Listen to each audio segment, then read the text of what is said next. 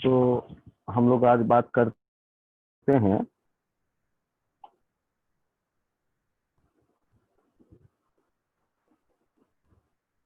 Magnetic effect of current के। तो सबसे पहले था Biot-Savart law.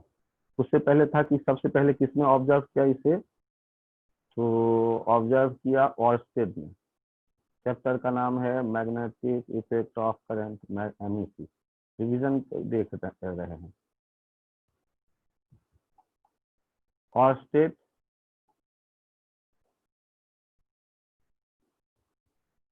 Observe magnetic effect of current, और उसके बाद लॉ किसने दिया, बायो-सेवर्ट ने।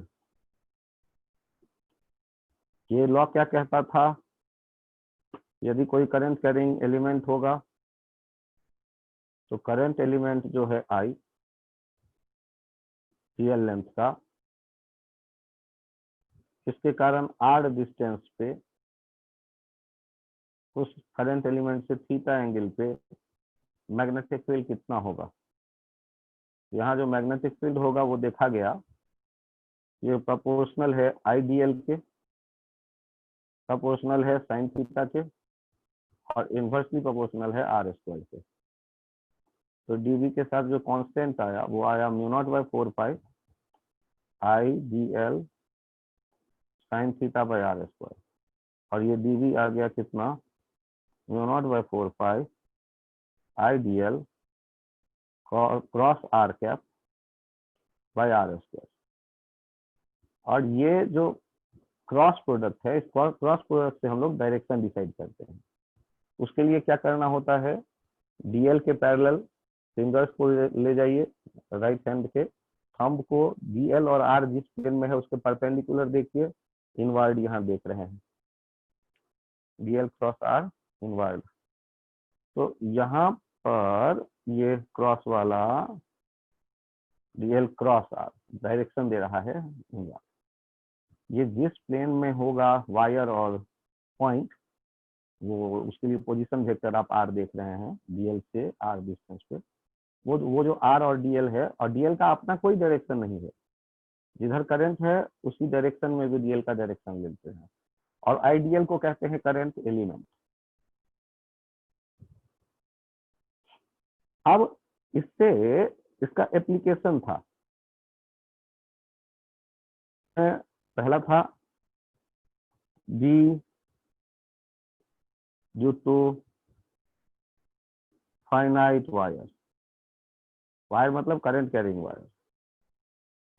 यदि इससे R डिस्टेंस पे हम देखा करते थे तो मैग्नेटिक फील्ड यहाँ देखिए क्या था, μ0/4 I/R, और sign beta plus sine alpha. यहाँ अल्फा बीटा क्या होता, इस पे भी चर्चा कर लीजिए। मान लो नीचे वाला एंड है M और वायर फाइनाइट है, ऊपर वाला एंड भी होगा M, तो उनसे जो एंगल आप देखते, एक काम करिए, एंगल देखने के लिए ये येलो वाला लाइन मैंने ड्रॉ किया, और परपेंडिकुलर जहां से देख रहे थे वहां O मैंने डाल दिया। तो ये जो ऊपर वाला टुकड़ा है, ये जो O से N वाला टुकड़ा बनाता है एंगल, इसे हम कह देते हैं बीटा, और O से M वाला एंगल जो बना रहा है उसे हम कह देते हैं अल्फा। तो जिस पॉइंट पर हम मैग्नेटिक फील्ड देख रहे हैं, उस पॉइंट पे O से N वाला टुकड़ा जो एंगल बनाया दैट इज बीटा, और O से M वाला एंगल जो टुकड़ा N एंगल बनाया वो अल्फा। यह है अल्फा बीटा।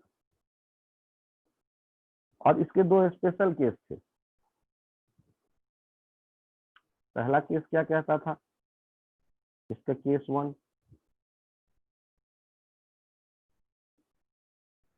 केस 1 कह रहा था कि इनफाइनाइट वायर यदि है, तो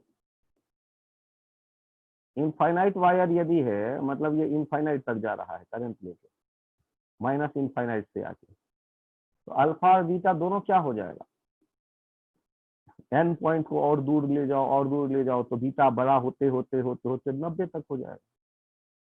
यहाँ बी का वैल्यू हो जाएगा mu not I by 2πr। अब आप इंटरेस्टिंग पॉइंट देखिए, वो साइन बीटा और साइन अल्फा दोनों हो गए साइन 90 साइन 90, तो वो हो गया उनका सम 2, नीचे वाला 4 2 में बदल गया, mu not I by 2πr। और इसी का केस 2 था, सेमी इनफाइनाइट वायर। अब सेमी इनफाइनाइट वायर का क्या चक्कर है, आप एक तरफ तो इनफाइनाइट देखते हैं और दूसरी तरफ आर दूरी पे एंड पे है, परपेंडिकुलर आर दूरी पे। तो यहाँ मैग्नेटिक फील्ड क्या था, इनवर्ट, वो डीएल क्रॉस आर से आपके समझ में आएगा। और v का वैल्यू हो जाता था mu not I by 4πr। फिर से मैं लिख दूं, v इक्वल्स टू हो जाता था mu not I by 4πr। अब बारी आएगी ये इसका क्या लफड़ा है, अरे तो साइन बीटा तो हो गया साइन 91 और साइन अल्फा, अल्फा तो है ही नहीं, नीचे वाला टुकड़ा है ही नहीं, वो तो 0 हो गया। एक पॉइंट और, यदि किसी कंसेप्ट की तरह यहाँ किसी वायर के यदि आप सामने देखते हैं कोई पॉइंट, तो यहाँ पर जो बी देखेंगे वो आएगा 0। क्यों, क्योंकि यहाँ जो आप डीएल लेंगे और यहाँ जो आप आर लेंगे, उनका जब आप क्रॉस प्रोडक्ट देखेंगे, क्रॉस प्रोडक्ट क्या हो जाएगा, 0 हो जाएगा। इसीलिए बी क्या हो जाएगा, क्यों, क्योंकि डीएल और आर दोनों पैरेलल है। तो किसी वायर के सामने में यदि कोई पॉइंट आता है तो ये 0 हो जाएगा। ये रिवीजन करवा रहा हूँ, सारे फॉर्मूले एक साथ आपके दिमाग में रहेंगे, तब जो क्वेश्चन पूछा जाएगा वो आपसे बन पाएगा, वरना परेशानी बनी रहती। यहाँ देखते हैं, आगे बढ़ते हैं। ये यदि मैं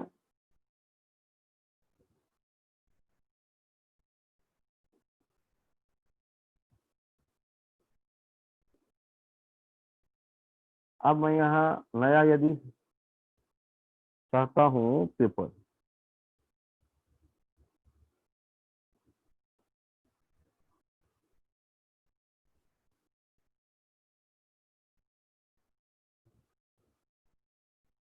चल देखते हैं।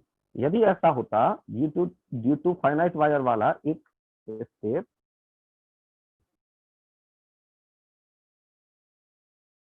जहां देखता हूं मैं फॉर्मूला थोड़ा सा बदल के,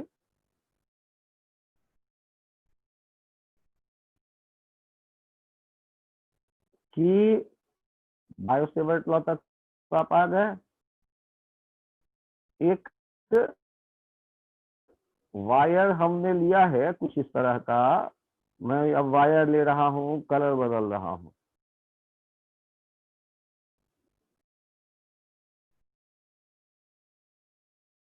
ये ग्रीन कलर का वायर है, देखिए ध्यान से, है स्ट्रेट वायर, एम और एन फाइनाइट है, फाइनाइट वायर, लेकिन इस से जो मैं डिस्टेंस ले रहा हूं,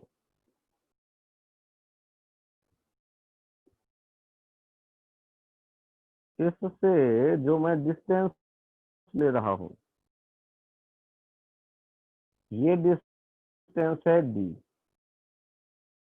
और मैं मैग्नेटिक फील्ड का वैल्यू लिखना चाहता हूं। तो सबसे पहले देखिए यहाँ क्या ऐड सब्सट्रैक्ट करते हैं।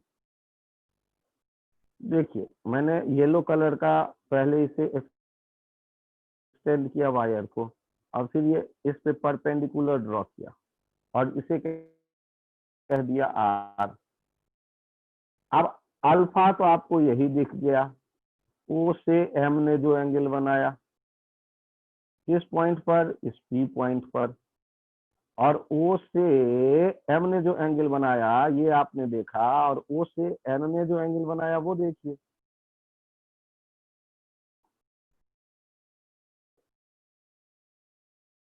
ये एंगल आपका क्या कहलाएगा, बीटा।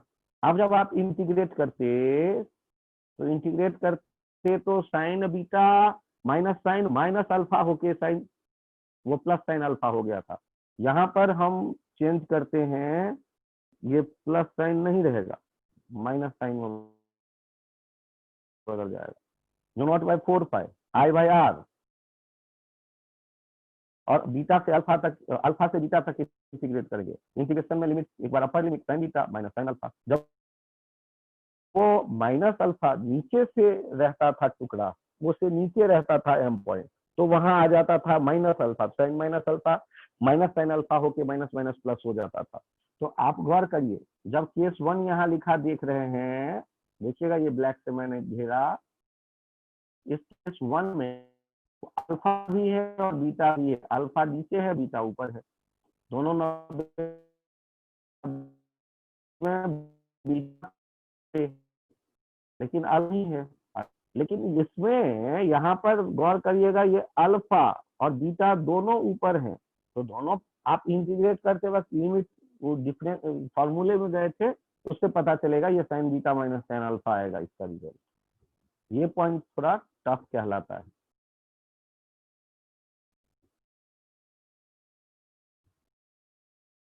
तो साउंड कम होता दिख रहे हो,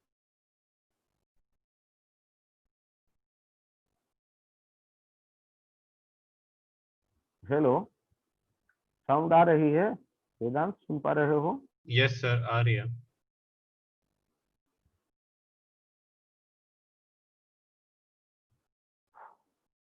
अब यहाँ चेक करिए, ये एक आइडिया था, इसके इलस्ट्रेशन एक फॉर्मूला और बता ही देता हूँ, फिर इलस्ट्रेशन पे चलेंगे।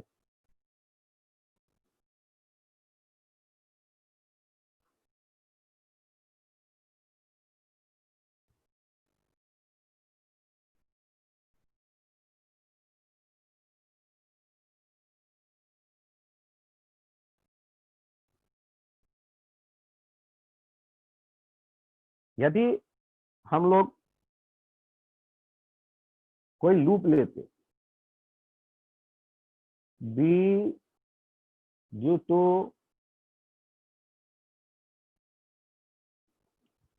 सर्कुलर आर्क, आप मान लो ये आपने ऐसे देखा एक आर्क जिसमें करंट है आई, तो इसका एक काम करो ना, एक छोटा सा सेक्शन ले लो, ये डीएल, और हम लोग ये सेंटर ऑफ कर्वेचर देखते हैं, सेंटर ऑफ कर्वेचर पे एंगल देख रहे हैं थीटा, और मैं जानना चाहता हूं यहाँ मैग्नेटिक फील्ड कितना होगा। तो हम लोग क्या लिखते थे, हम लोग लिखते थे mu not by 4 pi I D L cross R cap. तो आई डी एल हो गया, आर कैप हो गया मॉड में, और उनके बीच का एंगल। अब एक बार आर कैप देख तो लो कि आर कौन सा, ये आई डी एल से लेते थे ना, आई डी एल से ये पोजीशन वेक्टर ये लेते थे आर, और यहाँ टेंजेंट और इसके बीच में एंगल कितना है, 90 डिग्री। तो आप गौर करिए, ये साइन 90 किस लिए आया वो आपको दिख जाएगा, बाय आर स्क्वायर, और आपने इसको इंटीग्रेट कर दिया होता तो डीएल का इंटीग्रेशन क्या हो जाएगा, म्यू नॉट आई बाय 4 पाई, और आर कैप का 1 हो गया, साइन 91 हो गया, इंटीग्रेशन डीएल नीचे आर स्क्वायर, और डीएल डीएल डीएल सारे जोड़ते तो किसका लंबाई आ जाता, तो सारे जोड़ते तो लंबाई आ जाता ये इसका, एम से एन तक जो आर्क है उसका, तो आर्क एम एन, तो ये कहलाने लगता आर्क एम एन इंटीग्रेट होके। और आर्क एम एन कैसे लिखते हैं आप, ध्यान से देखिए, mu not by 4 pi I by R, और ये R into theta R square, और ऊपर एक आर और नीचे ये एक आर कैंसिल आउट हो गया, तो बी का वैल्यू आ गया mu not I by 4 pi R into theta. Case 1 circle,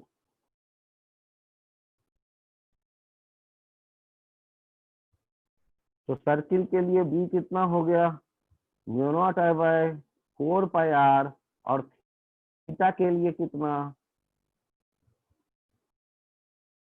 mu not I by 4 pi R, और थीटा के लिए कितना,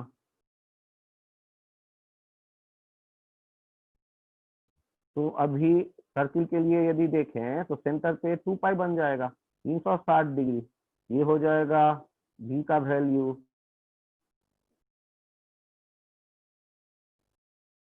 mu not I by 2 R. Infinite wire के लिए होता था mu not I by 2 pi R, और सर्किल के लिए हो गया mu not I by 2 R. और यदि ये केस 1 है तो केस 2 भी होता होगा, सेमी सर्किल, इसके लिए बी कितना हो जाएगा, mu not I by theta के बदले पाई 4 आर, पाई पाई कट गया, तो दो केस यहाँ आ गया। यहाँ इसे देख लीजिए, एक बार मैं फिर से यहाँ साफ सुथरा लिख दे रहा हूँ, circle mu not I by 2 R, और ये semi circle mu not I by 4 R. इनको हम याद रखने की कोशिश करें, दो स्पेशल केस, और ये वाला formula detail. B equals to mu not I by 4 pi R theta,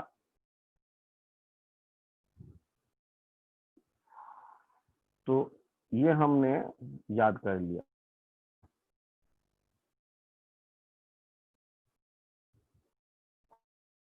अब देखिए एग्जाम्पल, इसके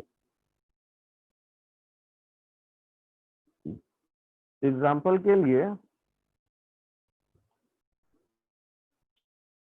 सबसे पहला एग्जाम्पल देख रहे हैं, बी सेंटर पे कैलकुलेट करना है किसके, यहाँ दिख रहा है एक स्क्वायर,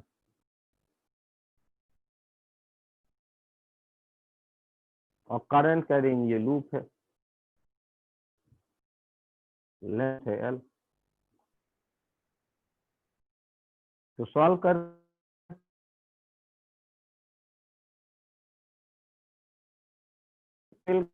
आईडीएल क्रॉस आर हमेशा सोचना थोड़ा भारी पड़ता है। तो एक होता है डायरेक्शन ऑफ बी के लिए right hand palm rule for straight wire, straight wire, यदि कोई स्ट्रेट वायर का करंट कैरिंग है और उसके आपको लेफ्ट साइड में पॉइंट दिख रहा है, यहाँ मैग्नेटिक फील्ड का डायरेक्शन देखने के लिए ई पॉइंट पर आप क्या करिए, राइट हैंड के थंब को रखिए आई के पैरेलल, और फिंगर्स को पी के डायरेक्शन में ले जाइए, और हथेली देखिए किधर है, इनवर्ड, हथेली पाम यदि इनवर्ड है तो आप यहाँ क्रॉस करके इनवर्ड दे दीजिए बी का डायरेक्शन। और वायर एक्स वाई प्लेन को दो टुकड़ों में बांटेगा, तो यदि एक तरफ आपने इनवर्ड देखा तो दूसरी तरफ बिना मेहनत के आउटवर्ड कह लीजिए, फिर भी मन ना माने तो क्यू वाले पॉइंट के लिए देखिए बी का डायरेक्शन, तो राइट हैंड में थंब को आप अपने हाथ के थंब को करंट के पैरेलल रखिए, और हथेली देखिए आउटवर्ड करंट ला रहा है। तो अब आप गौर करिए, पहले वाले वायर के कारण सेंटर पे किधर होगा, कि पहले वाले वायर से डिस्टेंस कितना है L/2, और एंगल कितना बनेगा, इस पे विचार करते हैं। स्क्वायर का डायगोनल कितने एंगल में बांटता है एक दूसरे को? 90 कट करता है। और एंगल उसको ये बीच वाला लाइन कैसे बांटता होगा? 45 45। अब बी का वैल्यू लिखेंगे तो कैसे लिखेंगे? Mu not by 4 pi I by R, R के बदले कितना? आर के बदले L by 2 into sine 45 plus sine 45। और ये कैसे है? ये इनवर्ड है या आउटवर्ड है? ये है राइट हैंड पाम रूल से देखिए, इनवर्ड। और ऐसे कितने हैं? ऐसे कितने हैं? ऐसे हैं 4 वायर, और चारों का देखिएगा इनवर्ड आ जाएगा। सिमेट्रिकल फॉर्मूले लगेंगे, इंटू 4 इनवर्ड डायरेक्शन। यदि ये एग्जांपल आपके समझ में आ जाए तो बहुत बढ़िया। एग्जांपल यदि हमें बदलना हो,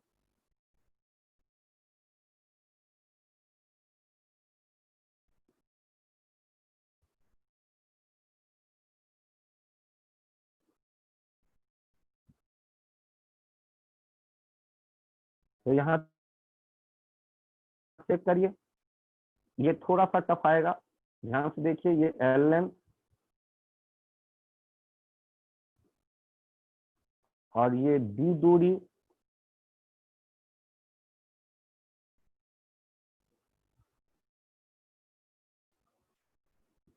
ये भी एल लेंथ का है, लेकिन ये डिस्टेंस है, ये करंट कैरिंग वायर है। और इस पी पॉइंट पे मैग्नेटिक फील्ड में जानना चाहता हूँ। ये एम, ये एन, यहाँ एंगल दे दिया गया है 120 डिग्री। तो जब हम सॉल्व करना शुरू करेंगे तो सॉल्व करते वक्त एक वो पॉइंट चाहिए। तो एम एन को एक्सटेंड किया, पी से परपेंडिकुलर डाला, और वो एम जो एंगल बना रहा है ये एंगल हो गया अल्फा, और ओ एन जो एंगल बना रहा होगा वो हो जाएगा बीटा। ये 120 है तो यहाँ हो गया 60, और अल्फा हो गया 30। और ये 120 है, ये दोनों तरफ एल है, तो ये 60 का आधा 30 और 60 का आधा 30, यहाँ भी दिखेगा 30। तो इन दोनों 30 को देखने के बाद आप बीटा के लिए क्या कहने वाले हैं? ध्यान से देखिए।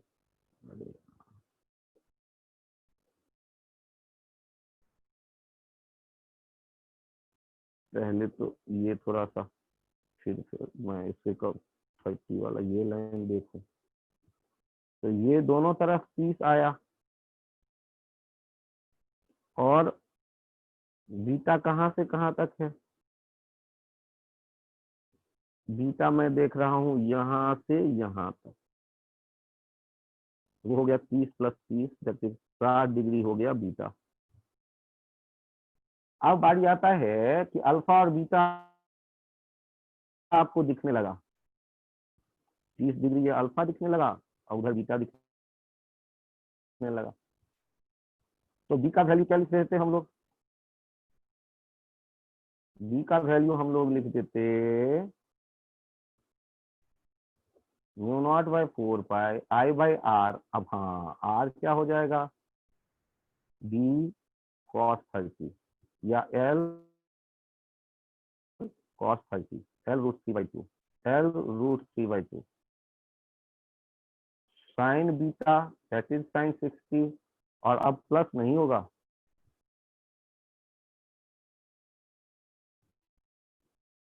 Minus sine alpha that is 30। और डायरेक्शन क्या? Right hand palm rule use करो, इनवर्ड। क्या ये एग्जांपल एक बार और समझाऊं? No sir. तो इस तरह हम लोगों ने देख लिया। इन्हीं में थोड़े और मजे लेने होते, क्वेश्चन का रूप बदल दो, ये बीटा भगाओ,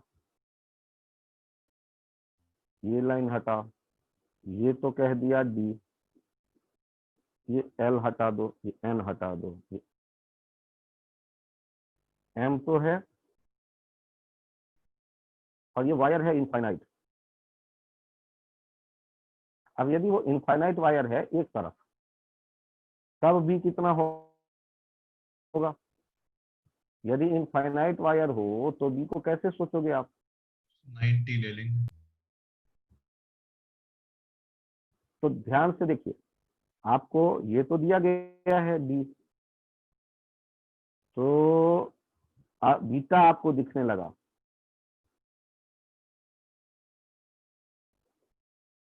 बीटा दिखने लगा। ये अल्फा 30 डिग्री, वैसे 120 है, यहाँ 60 है, तो यहाँ 30 हो गया। और बीटा के लिए आप कह सकते हैं इनफाइनाइट होने के कारण इनफाइनाइट वायर के लिए बीटा हो जाएगा 90 डिग्री। बहुत अच्छा। Not by 4 pi I by R, that is D cos 30 sine beta 90 minus sine alpha 30 sine beta minus sine alpha. Question तुरंत तुरंत बदल सकता है। यदि आप यहाँ एग्जाम्पल देखते हैं, ऐसे ये करंट आया, ऐसे गया, और आप जानना चाहते हैं कि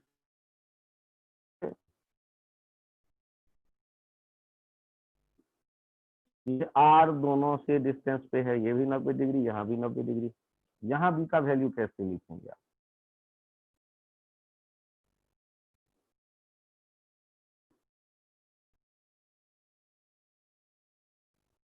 तो आप देखिए,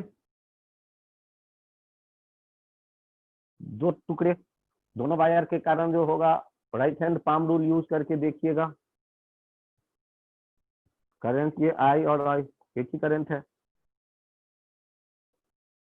एक वायर के लिए मैं कह देता हूं 1 और दूसरा वाला टुकड़ा 1, तो बी इक्वल्स हो जाएगा B1 प्लस B2। B1 लिख रहा हूं, यू not by 4 pi I by R sine 90 plus sine 45, दोनों टुकड़ा मौजूद है इसलिए। और ऐसे कितने हो गए? 2 सिमेट्रिकल हैं। और डायरेक्शन किधर हो जाएगा? आउटवर्ड। यहाँ आप ये भी तो देखिए, पहले वाले वायर के लिए देखेंगे तो ये अल्फा हो जाएगा और बीटा किधर आएगा? ऊपर में। ये ऐसे जाएंगे तो आप बीटा दिख रहा होगा 90 डिग्री। तो हम लोग एक टुकड़े का लिखेंगे, वैसे ही दूसरे टुकड़े का भी इधर देखो, इधर हो जाएगा 90 डिग्री, क्योंकि वो तो इनफाइनाइट पे जा रहा है। आप दूर करते जाएंगे तो हो जाएगा 10 to 90। तो इनफाइनाइट वायर जाने के लिए उसका जो टुकड़ा बनाएगा बी पे एंगल वो 90। तो दोनों का वैसे ही अल्फा 45 बीटा 90, तो एक का दूसरे का दोनों का लिख के डबल कर दिया। क्यों? क्योंकि एक ही डायरेक्शन में। Right hand palm rule, right hand palm rule मतलब फिंगर को, थंब को रखिए करंट के पैरेलल और फिंगर को रखिए उस पॉइंट की तरफ जहां बी देख रहे हैं। यदि हटाते हैं, यहाँ एग्जांपल में थोड़ा ट्विस्ट लाइए, ये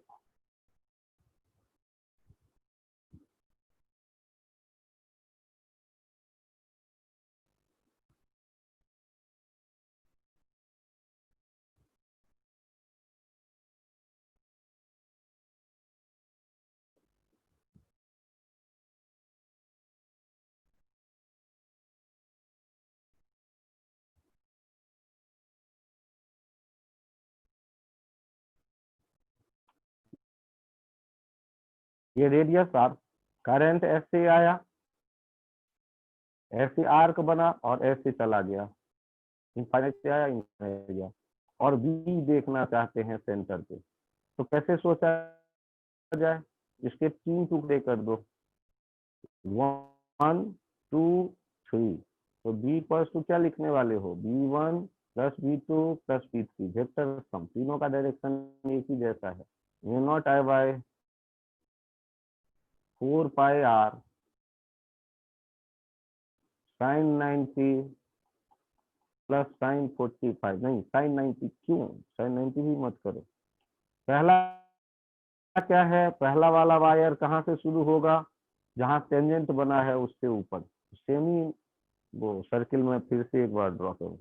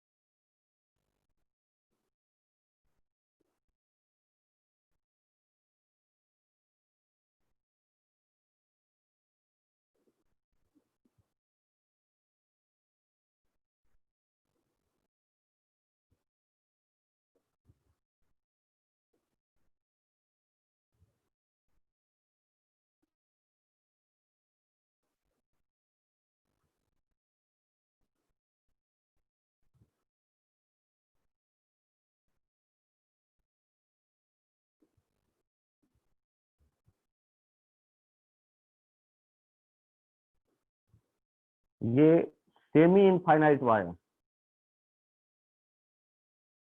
यूनोटाइप बाय सेमी इनफाइनाइट, यूनोटाइप बाय 4 5 आर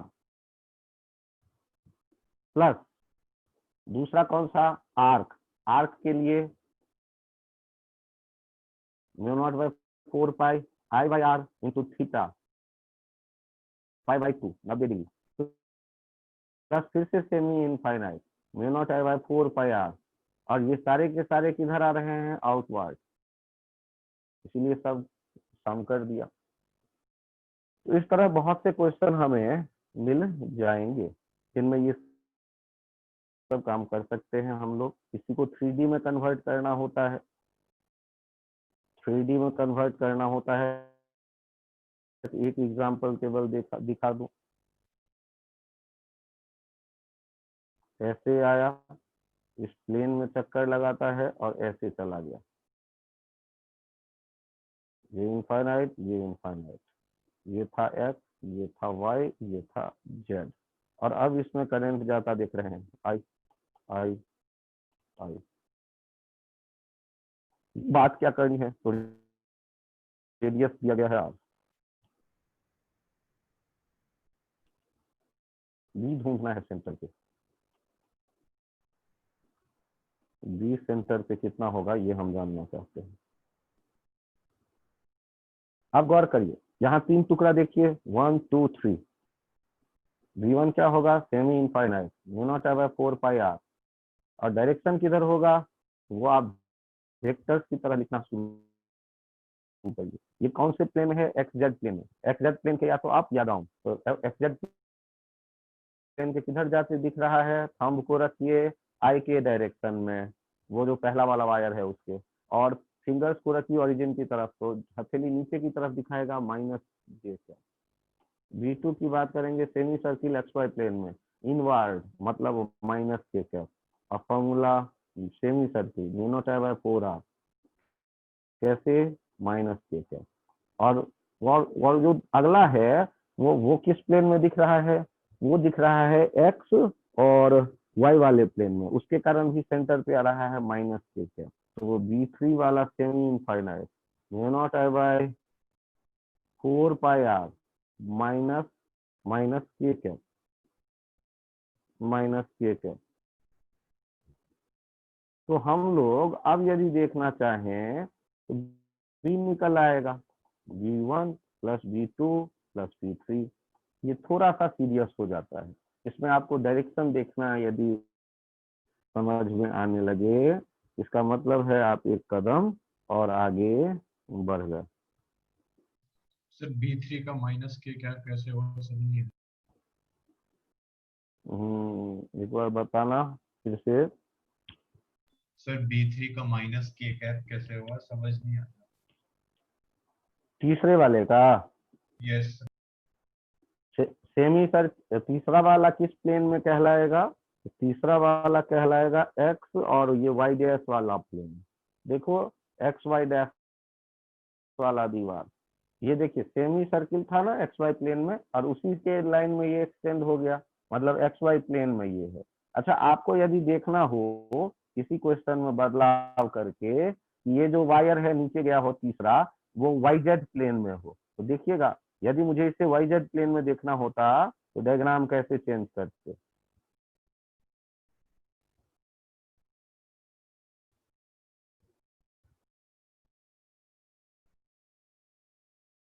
यदि इसको मुझे वाई जेड प्लेन में रखना होता तो डायग्राम कुछ इस तरह पड़ी रहेगी।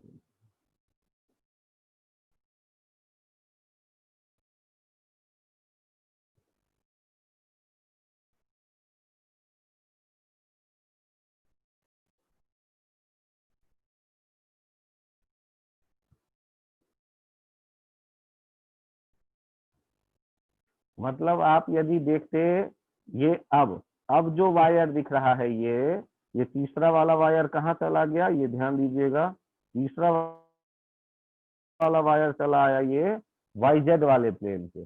वाई जेड वाला प्लेन क्यों, देखिए वाई डैश और जेड उस वाली दीवार पे ये जा रहा है, ऐसे देखिए। और यदि वाई जेड वाले दीवार पे होता तब हम सेंटर ऑरिजिन पे किधर देखते, माइनस आई कैप के डायरेक्शन में। और यहाँ पर जो सेमी सर्किल नहीं होता तब ये 3/4 ऑफ सर्किल हो जाता है, 3 टाइम्स क्वार्टर ऑफ सर्किल हो जाता, तो उसके भी वैल्यू बदलते। और अदरवाइज आप यदि उसको वाई जेड प्लेन में एक्स वाई प्लेन में देखना चाहते हैं, एक्स वाई प्लेन में देखना चाहते हैं तब कैसे बदला गया था, एक्स वाई प्लेन में यदि देखना चाहते हैं तो एक्स वाई प्लेन में देखना चाहते हैं तो देखिए ऐसे ये सर्किल यहाँ से यहाँ तक आया और ये स्ट्रेट चला गया। स्ट्रेट चला गया मतलब ये कौन से प्लेन में मौजूद है, ये एक्स वाई डैश वाला प्लेन है। और एक्स वाई डैश वाले प्लेन में जो परपेंडिकुलर होगा उस प्लेन के, या तो माइनस के कैप या के कैप, तो थंब को थंब को नीचे करिए और एक्स वाई डैश वाले प्लेन में हथेली को पैरेलल रखिए और फिंगर को ओरिजिन की तरफ रखिए। हथेली देखिए इनवर्ड दिखा रहा होगा, तो इनवर्ड वाला जो डायरेक्शन है वेदांत वो माइनस के कैप। सर आपने जेड इधर ही क्यों लिया, जिनको क्रॉस प्रोडक्ट आता है वो याद रखना आई क्रॉस जे होना चाहिए के, तो राइट हैंड कोऑर्डिनेट सिस्टम में ये फॉलो किया जाता है आई क्रॉस जे के। आई कैप हो गया एक्स, जे कैप हो गया वाई, और आई क्रॉस जे जिधर आएगा, थंब जिधर आएगा, देखिए आउटवर्ड आता है आई क्रॉस जे एक्स क्रॉस वाई, तो बाहर की तरफ ये जेड यहाँ लिया गया है। तो जेड बाहर है तो भीतर जो डायरेक्शन होगा वो जेड के बदले वो भीतर वाला डायरेक्शन वो जेड डैश कहलाएगा, माइनस के कैप वाला। तो धीरे धीरे ये आपको दिखने लगता है, कोई ऐसा नहीं है कि एक ही बार में आप एक्सपर्ट हो जाए, लेकिन धीरे धीरे दिखने लगेगा। ये इस तरह हम लोगों को दिख जाता है कुछ।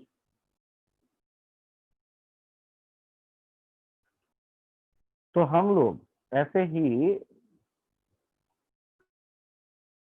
नेक्स्ट एग्जाम्पल पे सोचते हैं। तो फिर हमारे पास बारी आया था, ये था magnetic field due to current carrying wire, Biot Savart law. Biot Savart law के बाद आ गया था Ampere circuital law. Ampere circuital law like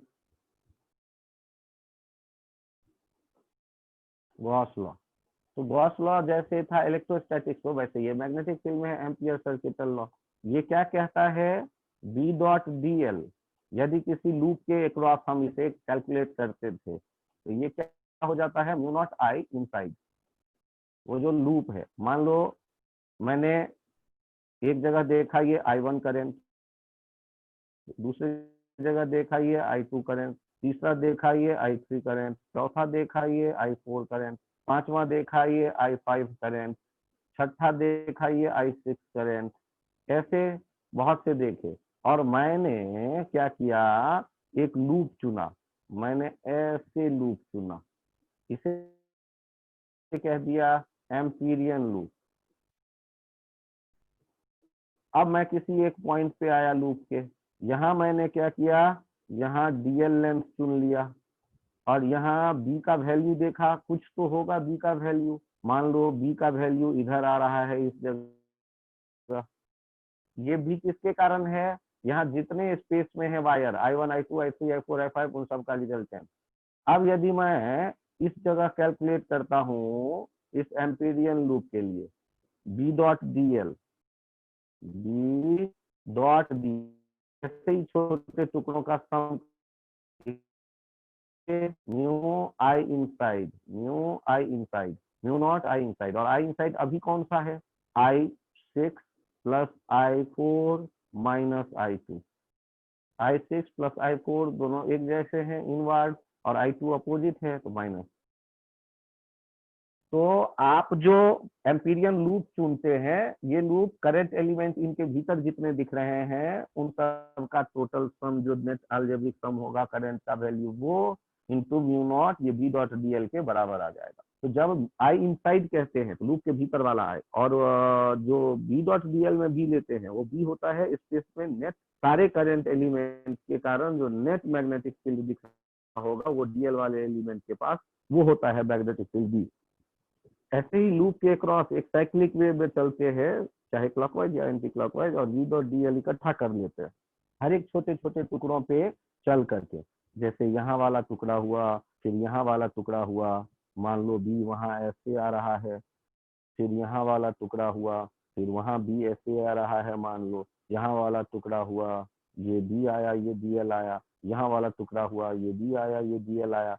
ऐसे हर एक जगह से बी डॉट डी एल हम लोग सम करते हैं, और सम करने के बाद हम लोग देखते हैं कि जो नेट वैल्यू आ रहा है बी डॉट डी एल का वो किसके बराबर कह देते हैं, mu not I in sum. क्या एम्पियर सर्किटल लॉ, और एम्पियर सर्किटल लॉ का एप्लीकेशन था, application B due to infinite wire. Infinite wire का मैग्नेटिक फील्ड देखने का एक और नजरिया है, वो है right hand thumb rule. Right hand thumb rule क्या कहता है कि आप राइट हैंड से इस वायर को होल्ड कर लो, थंब को रखो पैरेलल करंट के, और देखो जो फिंगर्स कैसे कर्ल कर रहा है। फिंगर के जो कर्ल करने का डायरेक्शन है, या जो फिंगर के कर्ल करने का डायरेक्शन होगा वो किसका डायरेक्शन देने वाला है, मैग्नेटिक फील्ड का डायरेक्शन देने वाला है। यहाँ पर मैग्नेटिक फील्ड का डायरेक्शन देने वाला है। आप यहाँ जो देख रहे हैं ये B1 या ये B2 वाला लाइन। अब हमें यदि एम्पियर सर्किटल लॉ अप्लाई करना हो तो सबसे पहले तो एक लूप ढूंढते हैं। तो संयोग ऐसा रहा मैंने इन्हीं में किसी एक लूप को चुन लिया और इसी को कह दिया एम्पीरियन लूप।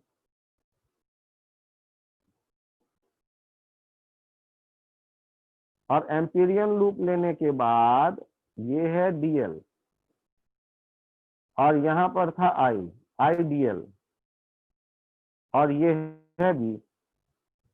अब ये बी और आई डीएल को यदि हम देखें तो हम लोग क्या लिख सकते हैं, आई डीएल नहीं, आई तो वो वायर पे है, सॉरी आई नहीं, बी डॉट डीएल। यहाँ तो केवल हम कहते हैं B dot DL. B dot DL यदि हम देख रहे हैं, फिर से लिख दूं Ampere circuital law, B dot DL इसका जो क्लोज लूप पे इंटीग्रल होगा इकट्ठा करेंगे वो कितना हो जाएगा, mu not I inside, inside वाला आई तो इकलौता आई है ये आई, और B dot DL B DL cos zero summation या इंटीग्रेशन, बी हर एक जगह एक जैसा है, integration DL mu not I, ये डीएल डीएल सम होके कितना हो जाएगा, यदि ये वायर का आर रेडियस का ये लूप देख रहे हैं 2πr हो जाएगा एल लेंथ इंटीग्रेट होके, तो बी इक्वल्स टू कितना आ गया, mu not I by 2πr। अब इसका ये ग्राफ यदि बनाते तो आर के बढ़ते जाने के साथ साथ बी का वैल्यू कम होता जाता है, तो सिंपल बी आर ग्राफ हो जाता है। इसके लिए आर से जैसे जैसे दूर होते जाते और वो इनफाइनाइट पे जाके जीरो हो जाएगा, आर के नजदीक में बी इनफाइनाइट और इनफाइनाइट पे जाके आर इनफाइनाइट करने पर बी जीरो। ये बी आर ग्राफ हो जाता, B due to infinite wire. तो ये जब सिमेट्रिकल केसेस रहते हैं, फाइनाइट वायर में आप एप्लीकेबल तो है circuital law, Ampere circuital law, लेकिन उससे रिजल्ट निकल नहीं पाएगा हम लोगों से, क्योंकि वो कॉम्प्लिकेटेड बनेगा उसका इक्वेशन। जबकि इनफाइनाइट वायर के लिए आसानी से हमने देखा बी डॉट डी एल को इंटीग्रेट किया जा सका, कि इंटीग्रेशन में एक जैसा हर एक पॉइंट होने के कारण बाहर आ गया, D L D L D L D L D L जुड़ करके लूप का लेंथ आ गया, लूप का लेंथ मतलब 2πr यहाँ पे। अब देखिए B due to infinite wire के साथ B due to finite wire देख सकते हैं, और सॉरी हमने अभी अभी कहा कि फाइनाइट वायर में वो कॉम्प्लिकेटेड हो जाता है इंटीग्रेशन, फिर हम उस रास्ते से उसके रिजल्ट तक नहीं पहुंच पाते। लॉ कहेगा वैलिड है कि नहीं, तो वैलिड तो है, लेकिन रिजल्ट उससे हमें मिल पाएगा ये जरूरी नहीं है। सिमेट्रिकल केस में ये देखते हैं, due due to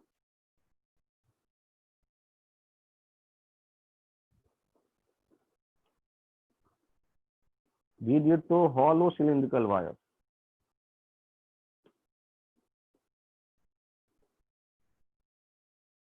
hollow infinite cylindrical wire। यदि B due to infinite hollow cylindrical wire जैसा कंडीशन आ गया, एक काम करिए ना, ये आपको वायर ही मैं दिखाऊं, ऐसे वायर है इसके सर्च पे आप देख रहे हैं करंट आर रेडियस का वायर है, और ये वायर है कैसा, इनफाइनाइट। टोटल करंट कितना लेके जा रहा है, आई।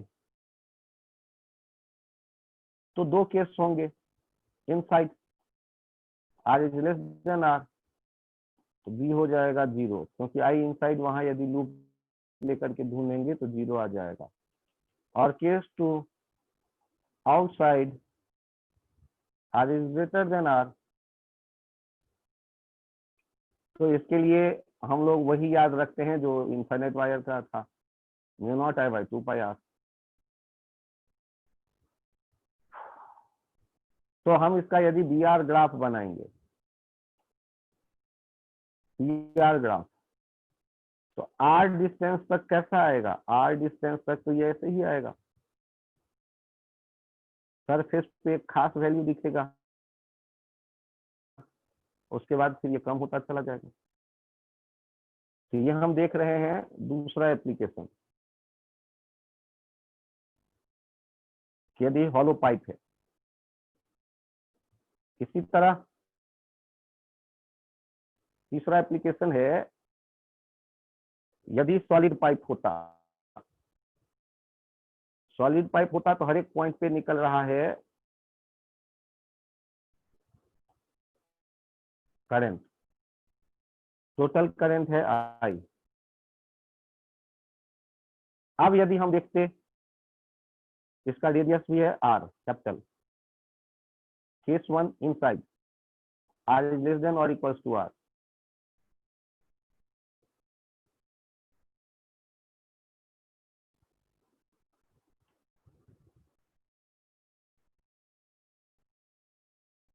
अब ये इसके लिए क्या था, B dot D L mu not I inside I by pi R square into pi R square, और ये हो गया था mu not I by pi R square हो गया जे इंटू आर बाई 2, और बी का वैल्यू लिखते हैं mu not by 2 J cross R. का मतलब समझिए, यदि इसके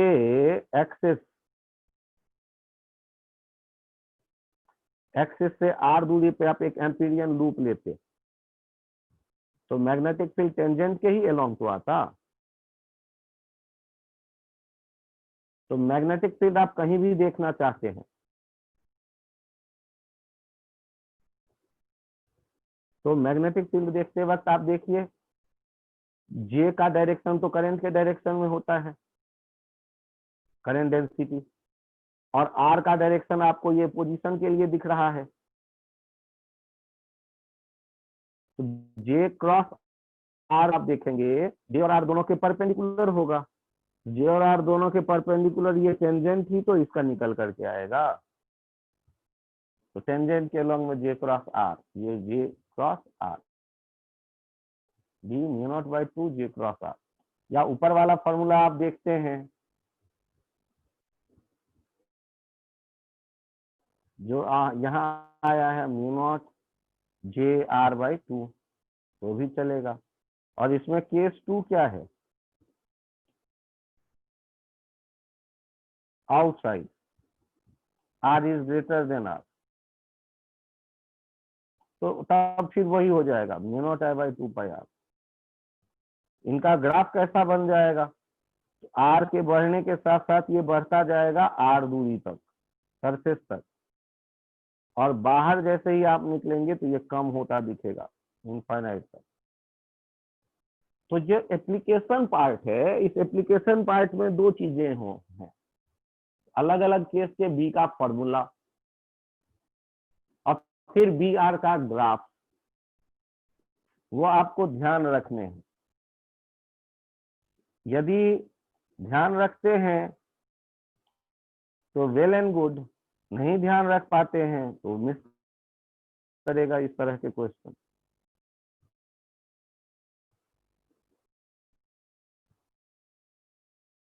चेक करिए, यहां मैं क्लियर करता हूं और देखते हैं कि गॉस एम्पियर सर्किटल लॉ हो गया, बायो सेवर्ट लॉ हो गया, फिर था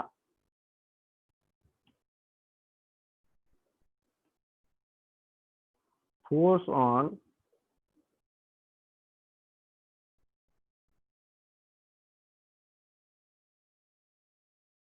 एक सेकेंड, फिर था B due to rotating charge ring at its center।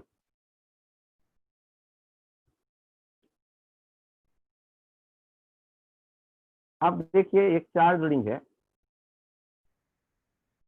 जिसको ओमेगा से आप रोटेट होता देखते हैं।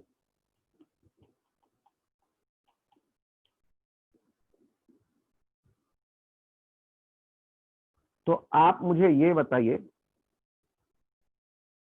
ये आर रेडियस का एक रिंग है और इसको हम रोटेट करता देख रहे हैं रिंग को, तो सेंटर पे बी का वैल्यू क्या लिख देते, mu not I by 2r। फिर आप कहोगे कि सर ये करंट कैरिंग लूप थोड़े ना है, तो मैं कहूंगा हाँ यार तुमने तो अच्छा कहा। तो मैं कहूंगा एक काम करो, तुम्हें पता है ना क्यू बाई टी करंट की तरह देखा जाता है, तो चार्ज घूम रहा होगा तो वही तो हमें करंट की तरह दिखना चाहिए उसे, क्यू बाई टी। और टाइम पीरियड क्या से लिखते थे, 2 पाई बाई ओमेगा, यूनिफॉर्म यदि है ओमेगा तो तुम्हें पता चल गया बी का वैल्यू।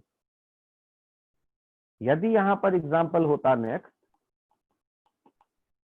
एक चार्ज पार्टिकल है जो v स्पीड से r रेडियस के सर्किल पे चक्कर लगा रहा होता, तो पहले एक चक्कर लगाने का टाइम कैसे, और सेंटर पे हमें इसके कारण v देखना होता। एक चक्कर का 2 पाई r distance by speed time हो गया, q बाई टी ये i हो गया, तो v का वैल्यू हो गया म्यू नॉट आई बाई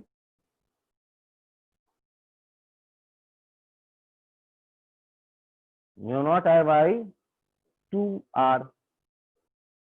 क्योंकि आप इसको भी यदि बहुत तेज चक्कर लगाए चार्ज तो वो हर एक जगह प्रेजेंट दिखेगा, मतलब वो करंट के नजरिए से उसे देख सकते हैं, आप उसको चार्जिंग के इक्विवेलेंट देख सकते हैं।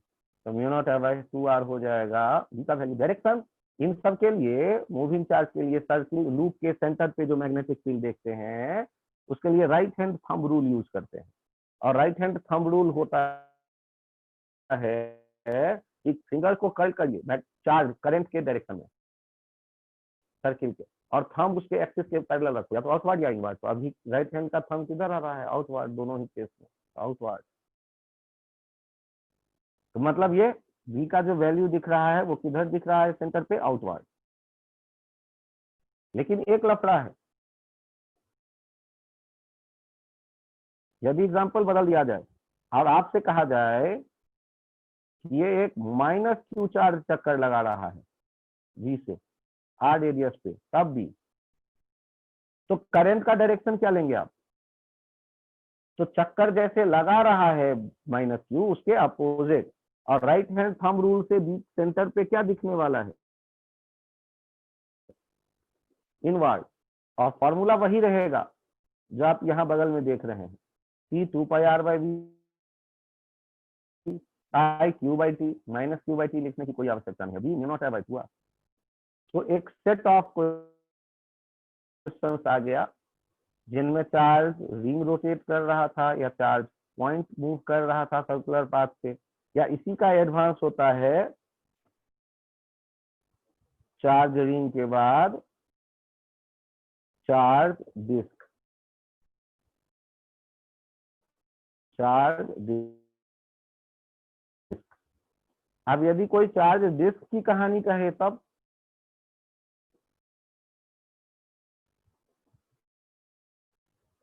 चार्ज डिस्क की कहानी कहेगा तो कहानी तो कुछ ट्रिकी हो जाएगा।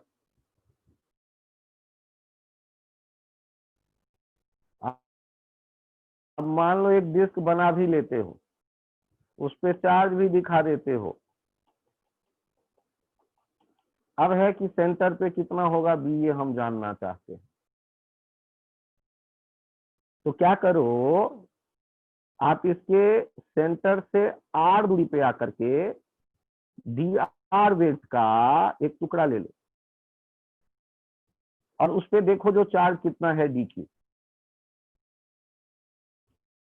ये हो जाएगा 2πr dr इंटू सिग्मा। और करंट आई, डी आई कितना लिखोगे? D Q by T. और टी कितना है? 2π/ओमेगा। ये घूम कैसे रहा है? ओमेगा से। 2π/ओमेगा से आपको टी पता है, तो बी का वैल्यू क्या हो जाएगा? बी का वैल्यू वही लिखेंगे जो यहाँ लिखा हुआ है, केवल हल्का सा अंतर कर दें, mu naught D I by 2r। एक बार आगे बढ़ के देख लेते हैं।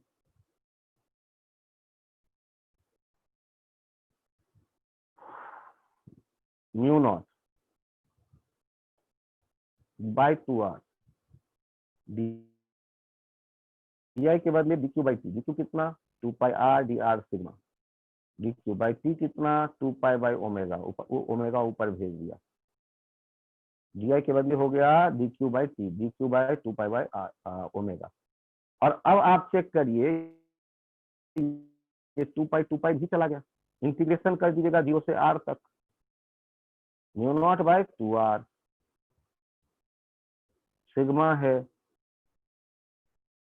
ओमेगा है, और r का इंटीग्रेशन r²/2 हो गया।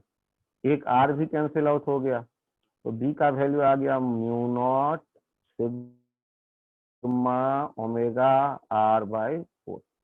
तो इस तरह हम लोग v due to rotating charge disc at its centre देख रहे हैं। एक फॉर्मूला जिसकी चर्चा यहाँ हमें और करनी चाहिए, क्या हो सकता है कि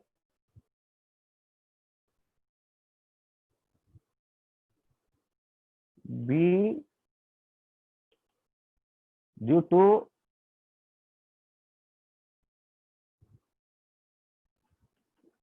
current carrying circular loop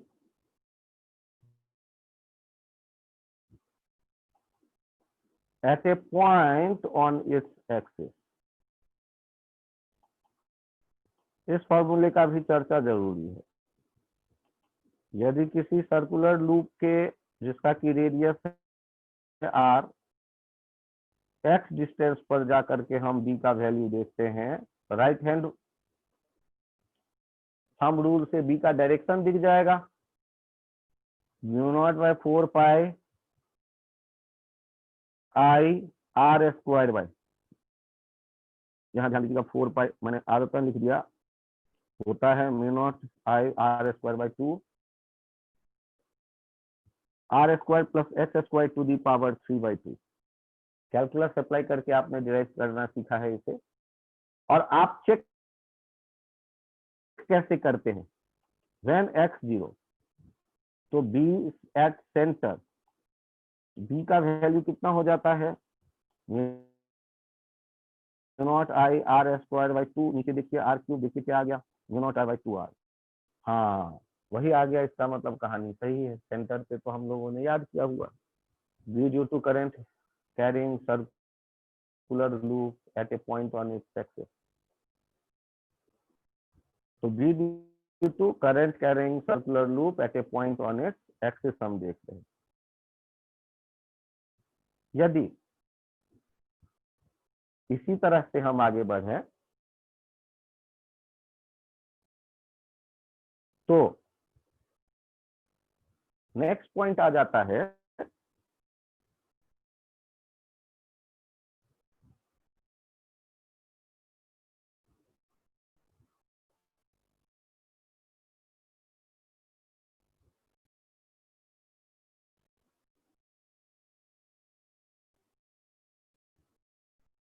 v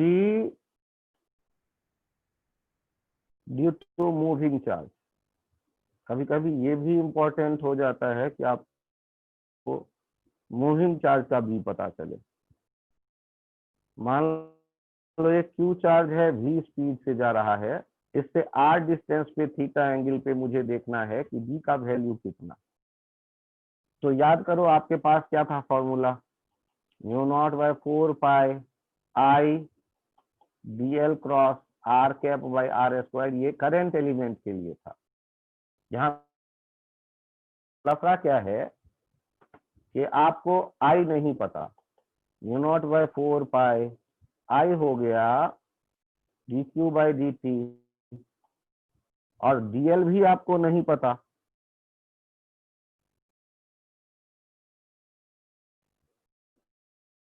dl के लिए लिख दीजिए v dt।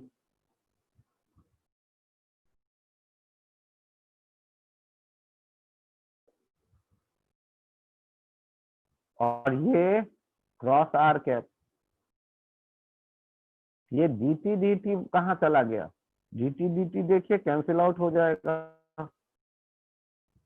μ0/4 pi q v cross R cap by R square.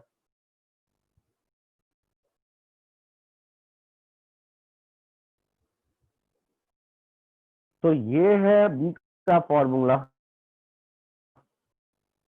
जो हम याद रखेंगे।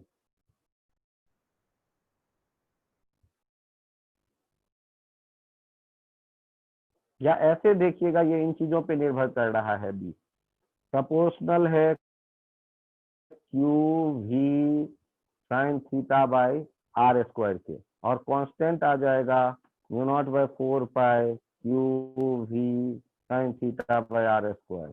और बी जो है ये लिख देते हैं वेक्टोरियल फॉर्म में Q V cross R cap by R square. तो आप ऐसे भी देख सकते हैं, देखने का नजरिया कि बी प्रोपोर्शनल होता है Q V sine theta by R square. Q ज्यादा ताकतवर होगा बी ज्यादा बनेगा, भी ज्यादा ताकतवर होगा भी ज्यादा होगा तो बी ज्यादा बनेगा। थीटा आप 90 लेंगे तो मैक्सिमम आएगा, थीटा 0 कर देंगे तो करंट एलिमेंट के सामने में मैग्नेटिक फील्ड नहीं रहता। और ये आर स्क्वायर, आर ज्यादा दूर लेंगे तो बी कमजोर मिलेगा, बी आर नजदीक लेंगे तो बी ज्यादा मिलेगा।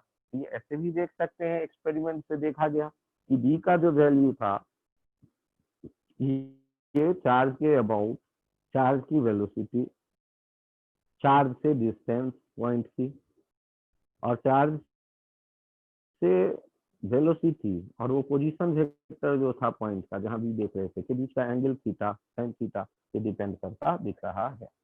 तो एक फॉर्मूला आ गया आपके पास, कौन सा, जिसे और याद रखने की कोशिश कर सकते हैं, mu not by 4 pi Q V sine theta by R square.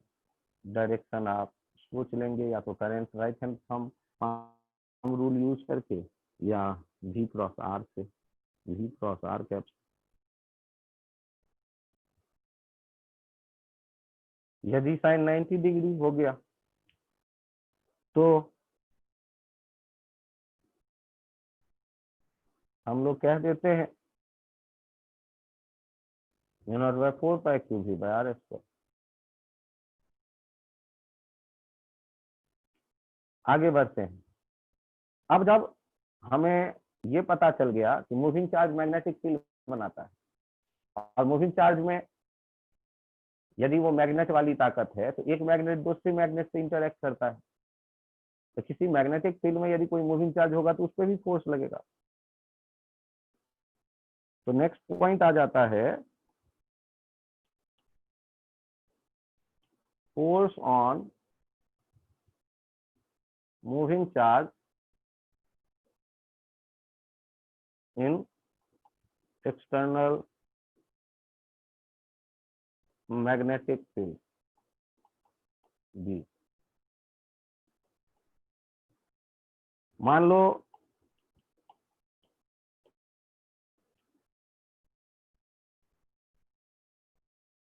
यदि आपसे ये कहा जाता है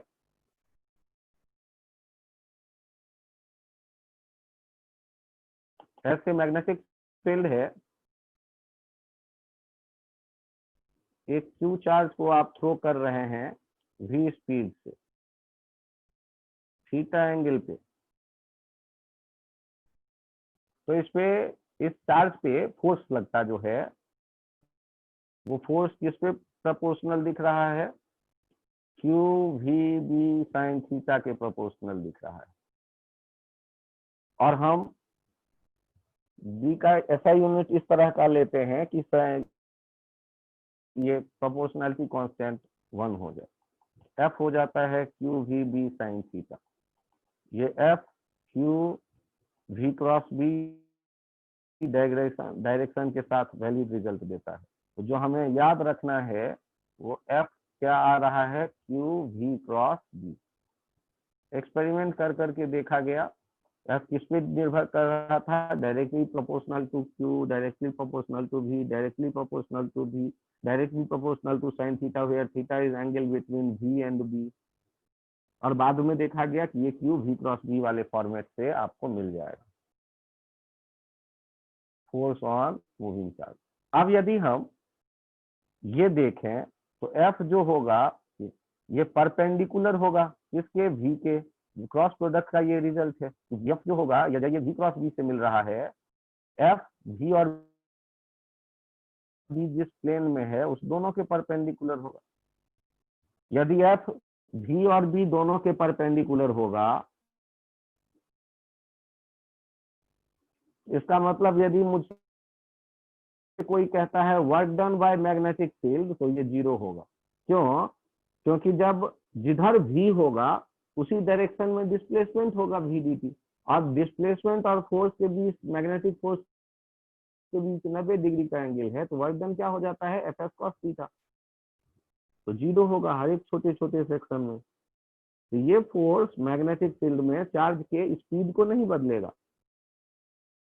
magnetic force do not change the speed of charge, it can change the direction of the motion of particle only. Magnetic force do not change speed of the moving charge, it can change direction of its velocity only. अब यहाँ देखिए special case इसका है, यदि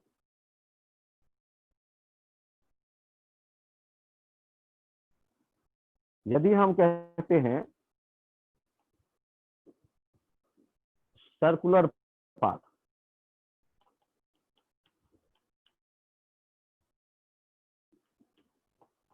ये कब होता है? थीटा जब 90 डिग्री हो। जैसे इनवर्ड मैग्नेटिक फील्ड हमने दिखाए, एक प्लस क्यू चार्ज को मैंने थ्रो किया v स्पीड से, तो v क्रॉस b देखिए किधर आएगा, v क्रॉस b आ रहा है लेफ्ट की तरफ, तो यहाँ कहीं सेंटर होगा और ये ऐसे घूम करके ये यहीं, ये v टेंजेंट होता है तो टेंजेंट ही बनेगा। ये जो f मैग्नेटिक है, f मैग्नेटिक क्या देखेंगे, f मैग्नेटिक क्या होगा, f सेंट्रीपिटल होगा, f मैग्नेटिक f सेंट्रीपिटल हो जाएगा। f सेंट्रीपिटल, f मैग्नेटिक कितना है, q vb sin 90, और f centripetal mv square by r, r कितना हो गया, mv बाई qb, r कितना हो गया, r हो गया mv बाई qb। एक दूसरा इसे लिख सकते हैं p बाई qb, तीसरा लिख सकते हैं √2km बाई qb। यदि किसी q चार्ज को v पोटेंशियल डिफरेंस में धकेल करके वर्क करवाया गया तो वर्क डन होता है in kinetic energy, twice qvbm square root में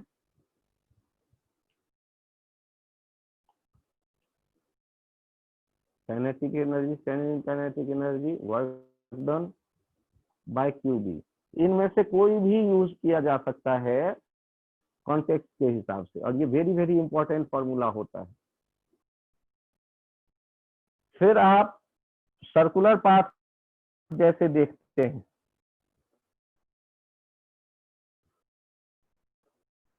इसी तरह आप देख रहे हैं helical path,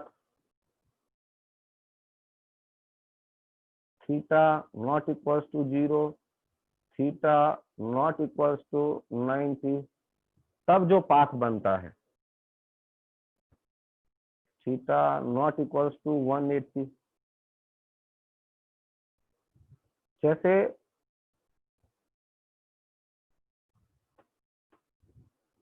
x y z ये 90 डिग्री है और एक्स वाई प्लेन में एक चार्ज पार्टिकल को थ्रो किया है, एक्स वाई प्लेन। अब ये थीटा यहाँ है, अब इस थीटा के कारण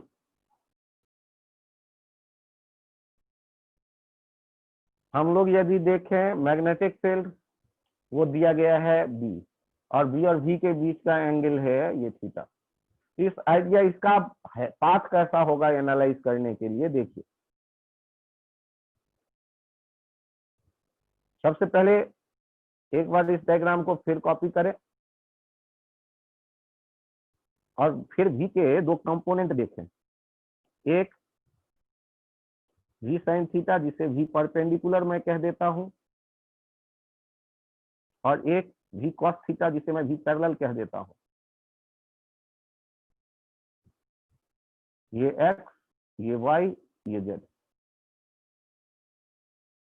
तो जो मैग्नेटिक फील्ड है वो तो b x एक्सिस पे, तो y एक्सिस वाला जो है वो परपेंडिकुलर वेलोसिटी है v sin थीटा, उसके कारण सर्कुलर पाथ बनेगा, और सर्कुलर पाथ बनते बनते वो क्या होता जाएगा, आगे आता जाएगा, क्योंकि v sin थीटा उसे आगे लाएगा। और हमेशा जो सर्कुलर पाथ बनता है उसके लिए रेडियस वही लिखिए v परपेंडिकुलर बाय qb या mv sin theta by qb। और एक चक्कर में जितना आगे निकल आए v parallel into T, v parallel कितना, v cos थीटा, और टाइम पीरियड कितना था 2 पाई r बाय v से हो जाता था 2 पाई m by qb circular path के लिए। तो सॉल्व कर लेंगे, हमारे पास ये आ जाता है पिच। पिच को मैं डायग्राम में दिखाऊं तो ये हरे रंग का जो डिस्टेंस है जहां पहले बार और दूसरी बार टच करता है, ये है पिच। ये आप यहाँ भी देख सकते हैं, ये वाला जो लेंथ है जो टच कर रहा है, ये वाला जो लेंथ है ये जो टच कर रहा है, ये है पिच। ये हो गया हेलिकल पाथ। यदि आप चार्ज पार्टिकल के पाथ को देख रहे हैं तो ये दोनों ज्यादा इंपॉर्टेंट है। इसके अलावा जो एक और चर्चा में आ जाता है टर्म, वो आ जाता है लॉरेंस फोर्स। ये हो जाता है मूविंग चार्ज स्पेस, तो जहां इलेक्ट्रिक फील्ड और मैग्नेटिक फील्ड दोनों हो। इलेक्ट्रोस्टैटिक्स में जो फोर्स पढ़ा और अभी जो मैग्नेटिक फोर्स पढ़ा, उन दोनों को इकट्ठे कह देते हैं लॉरेंस फोर्स।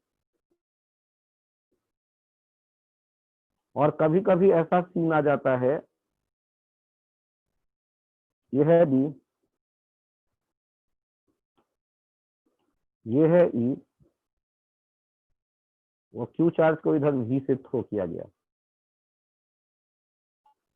और ऐसा दिख रहा है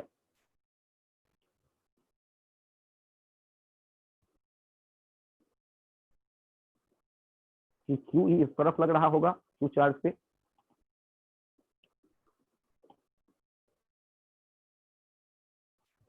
और ये क्यू वी बी इधर लग रहा होगा। यदि ऐसा हुआ कि ये दोनों बराबर हो गए तो वी हो जाएगा कांस्टेंट। वी कांस्टेंट कब हो जा सकता है? जब क्यू वी बी किसके बराबर आ जाएगा? क्यू ई के।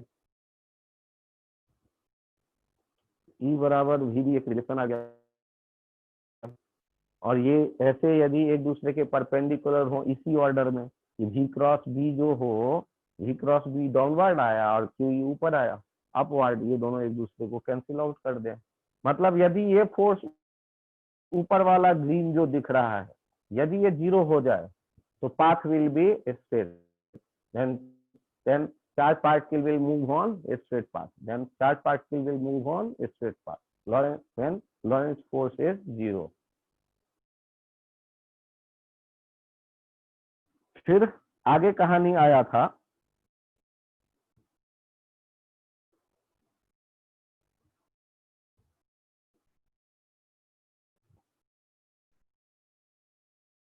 कि force between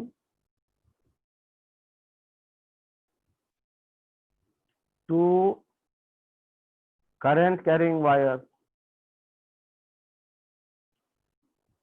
parallel,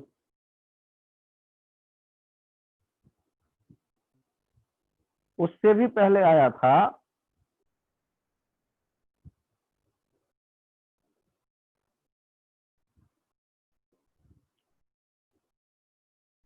force on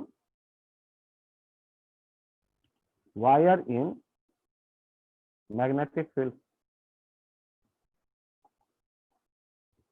और फॉर्मूला एक आया था आई एल क्रॉस बी। यदि आप एक वायर देख रहे हैं,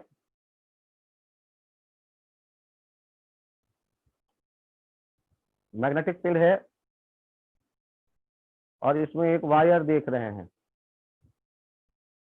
और इसमें करंट है आई, चक्कर लगा रहा, और ये सारे एल लेंथ वाले वायर हैं, स्क्वायर है ये। इनके नाम रख दिया पी क्यू आर एस। तो ध्यान से देखिए, पी क्यू वाले पर आई एल क्रॉस बी किधर हो जाएगा? पी क्यू वाले वायर पे हो जाएगा आई एल क्रॉस बी नीचे, ये है फोर्स। और ऊपर वाले वायर पे फोर्स जीरो, क्यों? क्योंकि वो पैरेलल है आई एल और बी। और तीसरे वाले वायर पे आई एल क्रॉस बी हो जाएगा outward F I L B, और चौथे वाले वायर पे फोर्स हो जाएगा जीरो। तो नेट फोर्स तो लूप पे हो गया जीरो, अलग अलग टुकड़ों पे दिखने लगा हमें फोर्स। तो हमने एक पॉइंट और सीखा, यदि मैग्नेटिक फील्ड यूनिफॉर्म हो और उसमें किसी भी शेप का वायर रख दे, क्लोज करंट कैरिंग लूप किसी भी शेप का, उस पर जो नेट मैग्नेटिक फोर्स होगा वो क्या हो जाएगा, जीरो।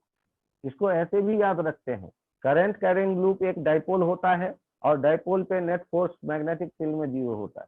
करंट कैरिंग लूप एक बार मैग्नेट होता है, उसके कारण जो मैग्नेटिक फील्ड में नेट फोर्स बनता है वो जीरो होता है। और जो नेट टॉर्क होता है वो नेट टॉर्क देखने के लिए लेफ्ट वाला ये स्क्वायर रूप देखो, स्क्वायर रूप में टॉर्क कैसे देखेंगे आप, I L B into L, दोनों कपल के बीच का डिस्टेंस, तो ये हो जाता था I L square into B M cross B. M कह देते थे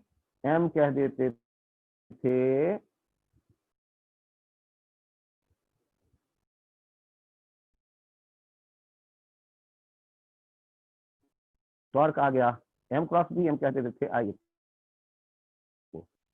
एम मैग्नेटिक डाइपोल मोमेंट। तो यहाँ फोर्स के बाद नेक्स्ट एक आइडिया आ गया टॉर्क, फोर्स के बाद नेक्स्ट कौन सा आइडिया आ गया है यहाँ, torque, torque M cross B.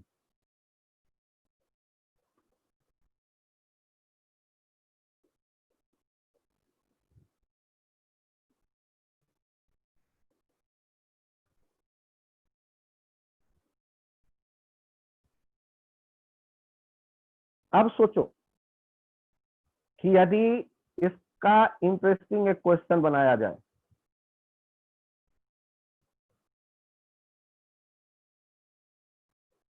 कि यदि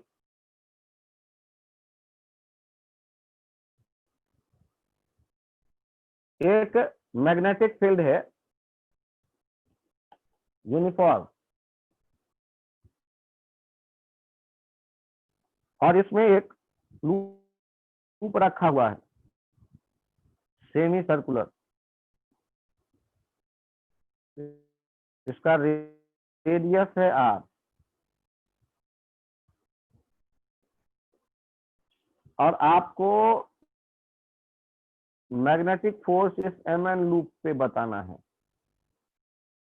यदि मैग्नेटिक फोर्स इस एम एन लूप पे बताना है तो कैसे कैलकुलेट करेंगे,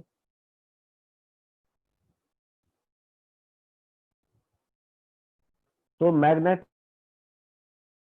फोर्स इस एम एन लूप पे कैलकुलेट करने के लिए एक लॉजिक, एक तरीका ये है, आप एक वायर जोड़ते हो येलो कलर का जिससे लूप कंप्लीट हो जाए, और एक ब्लू कलर का वायर उसको कंपनसेट करने के लिए ऊपर की तरफ करंट लेके जाते हो। तो येलो और ब्लू दोनों मिला करके तो आपने कोई चेंज नहीं किया, क्योंकि दोनों जुड़ करके एक दूसरे का फोर्स कैंसिल कर देगा। अब इस सिस्टम पे जो फोर्स होगा वही एम एन वाले पे फोर्स होगा।